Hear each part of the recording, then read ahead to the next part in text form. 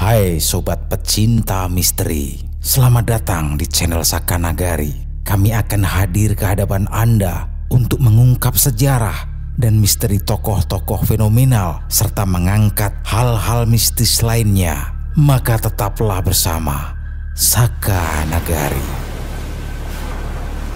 Siapa yang tidak mengenal Syekh Siti Jenar? Makna dari Siti Jenar sendiri adalah tanah merah, dan nama asli Syekh Siti Jenar adalah Syed Hasan Ali Al-Husaini, dan ketika dewasa bernama Syed Abdul Jalil. Beliau juga dikenal sebagai Sunan Jepara, Syekh Lemah Abang, Syekh Siti Brit, Hasan Ali, Syekh Lemah Bang, dan masih banyak lagi. Berikut ini adalah beberapa makam atau petilasan Syekh Siti Jenar di Nusantara. 1. Makam Syekh Siti Jenar berada di puncak Gunung Dempu, Kota Pagar Alam, Sumatera Selatan. Dalam mitologi budaya dan sejarah jagat besemah, beliau dikenal dengan nama Puyangawak Raja Nyawa. Kedua, Kompleks Makam Kalinyamat di sekitar Masjid Mantingan, Kecamatan Tahunan, Kabupaten Jepara. Yang ketiga, Desa Lemah Abang, Kecamatan Doro, Kabupaten Pekalongan. Yang keempat, ada yang menyebutkan makam Syekh Siti Jenar berada di daerah Kedung Ombo, Kecamatan Semanding, dan berjarak sekitar 3 km ke arah selatan dari pusat kota Tuban, Jawa Timur. Yang kelima, Astana Kemlaten, Dukuh Lemah Abang, Cirebon.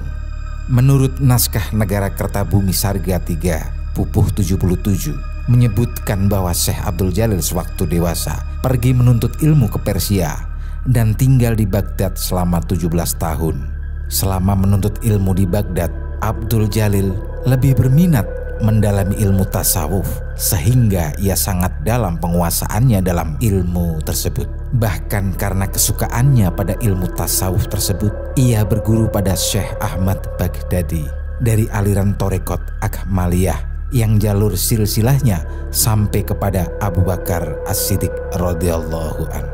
Kemudian Syekh Lemah Abang juga menganut Torekot Syatoriyah yang diperoleh dari saudara sepupunya yang sekaligus guru rohaninya, Syekh Datuk Kahfi. Berbicara tentang sejarah memang tidak pernah lepas dari kepentingan sang penutur serta penulis sejarah.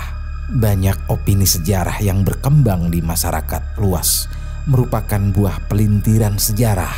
Pelintiran tersebut bertujuan untuk melanggengkan kepentingan sang penutur dan penulis sejarah. Maka pelurusan sejarah sangat penting dilakukan, salah satunya terhadap Syekh Abdul Jalil atau Syekh Siti Jenar yang dianggap kontroversial. Dianggap kontroversial sebab opini yang berkembang di masyarakat, ajarannya distigmakan sebagai bid'ah yang sesat.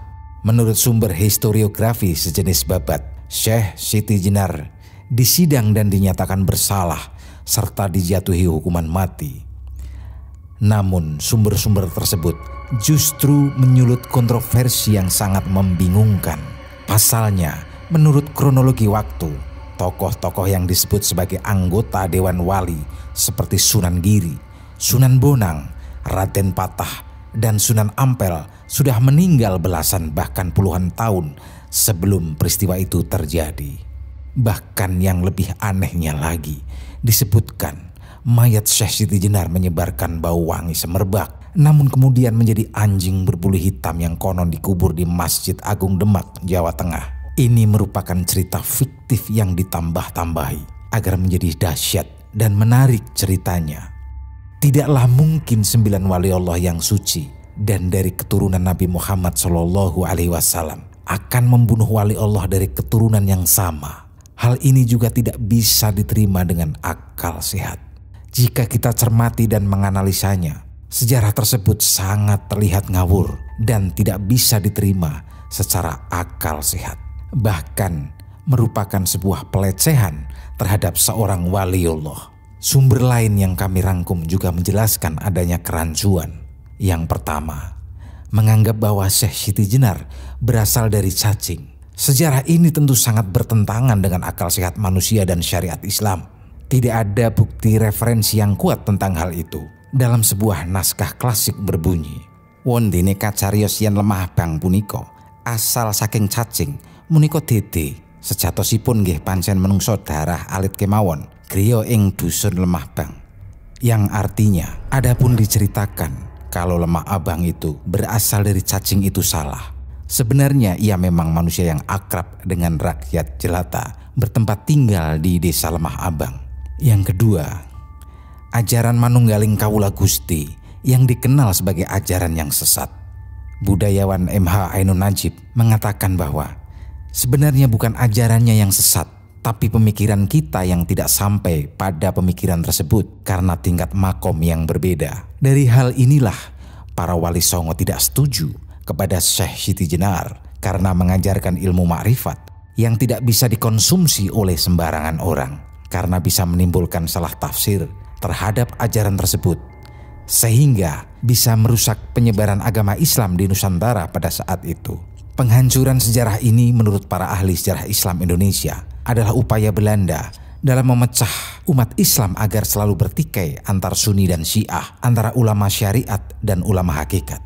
Bahkan penjajah Belanda telah mengklasifikasi hal ini dalam politik divide et impera atau politik pecah belah dengan 3 kelas, yaitu kelas santri yang diidentikan dengan 9 wali, kelas piyayi yang diidentikan dengan Raden Fatah dan Kesultanan Demak, dan kelas abangan yang diidentikan dengan Syekh Siti Jenar.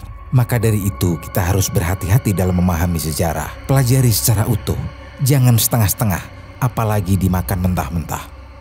Berikut ini merupakan gambaran dari perjalanan spiritual Syekh Siti Jenar untuk sampai ke hadirat Allah Subhanahu wa Ta'ala melalui 4 tangga dengan bimbingan Sayyidina Abu Bakar radhiyallahu an. Yang pertama, anak tangga istighfar, yang mana dengan anak tangga ini akan tercapai maghfirah yang terpancar dari Al-Ghafar dan akan menyingkap selubung hijab. Yang kedua, anak tangga sholawat, yang mana dengan anak tangga ini seorang salik akan menyadari dirinya adalah bagian dari pancaran Nur Muhammad, yang selanjutnya dengan pancaran ini seseorang dapat melanjutkan perjalanan ke Haqiqah Al-Muhammadiyah.